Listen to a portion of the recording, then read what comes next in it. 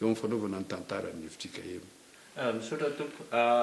Andeharintsika hiditra avy hatrany amin'ny hira dia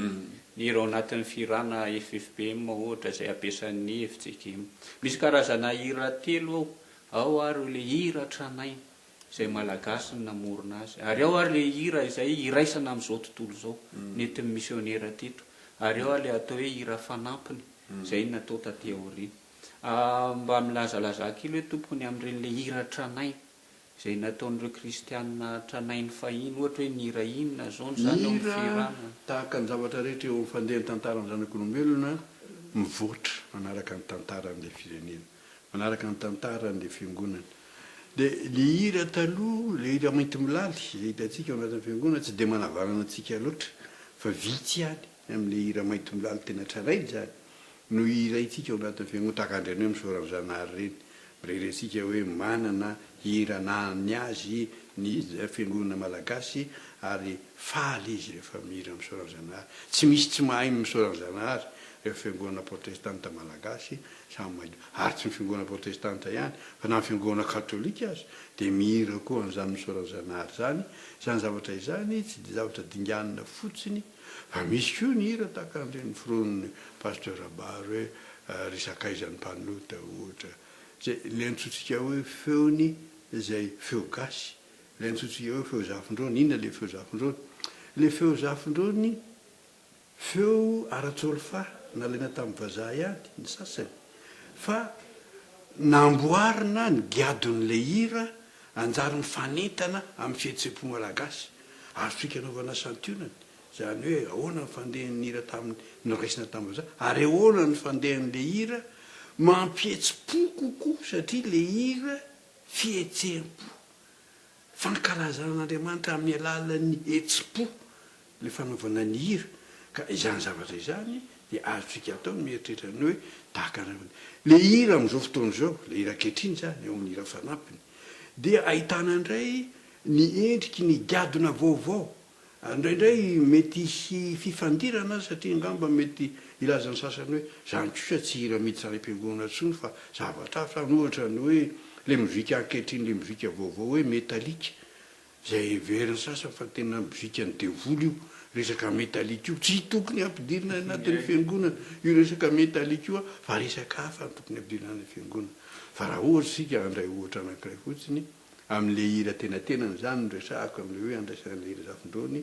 na ny hira ny tokolarabada, na ny hira hoe ohatra hoe mafy ny alondrano zao amintsika Elemesa, dia azo atao tsara mampita sy mamantatra ny hoe fahasamihafana raha azo atao manao an'le hira eo amin'ny fandehan'ny zavatra izay vilona fatao. Ny hira rehetra moa dia misy tantarany, ka zavatra roa zany nangatahako aminao hoe voalohany aloha amin'ireo le hira tranainy ireo raha misy tadidinao ny antony namoronana azy, ohatra zao misy le vola sy harena be maro ty tokoa ny asa moa izy any namorona an'iny dia ahoana ny antony namoronany azy. Dia raha vitanao zay dia mba hazavao amin'izay le hira noforoninao sy ingay Rajoelysolo Raymond mpitandrina, le hoe raha Jehova no mpiandry, dia mba hazavao hoe ahoana no nahatonga anao namorona ny hira, dia ahoana no namoronanareo rahalahy mianakasy. Voalohany zany tompo dia momba n'le hira sasany tranainy sahala amin'ilay lazaiko teo. Hira tranainy sarotra amiko nanazava hoe ahoana marina ny hetsi-po nahatonga n'le havana namorona n'le hira.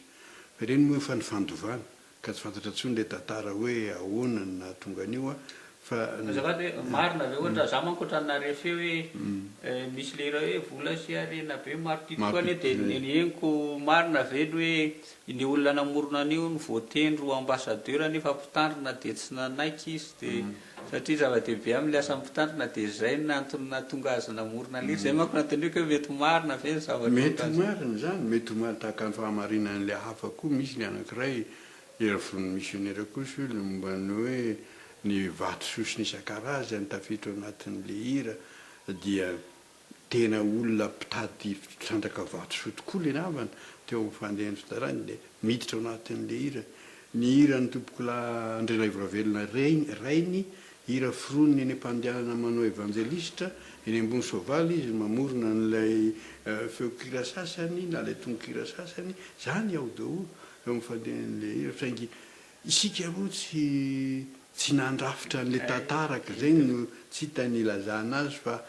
onono toketsaka fotsiny sisany tonga ty amintsika ka dia tsy hitany anamarinana tsara hoe tena izao na tena izao la hira zay mitranga. Ona sivy resaka kely ary le hira hoe raha Jehova no mpiandry raha Jehova dia ahoana no nahatonga anareo roapolo taonan'ny collège Rasalama tamin'izay fotoan'izay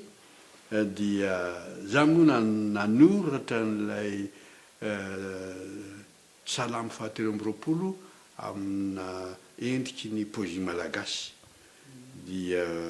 misy raha Jehova no mpiandry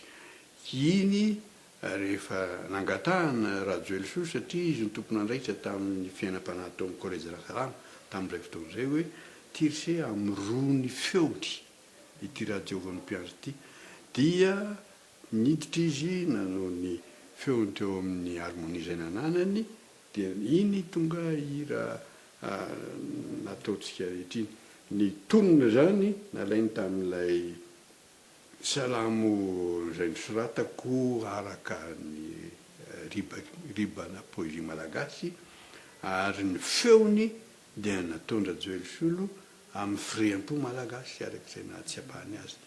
ary ny zavatra nikendrena dia fisaoran'Andriamanitra teo amin'ny hoe nandresena teo amin'ny fahadimy amby roapolo taona ny collège Rasalama.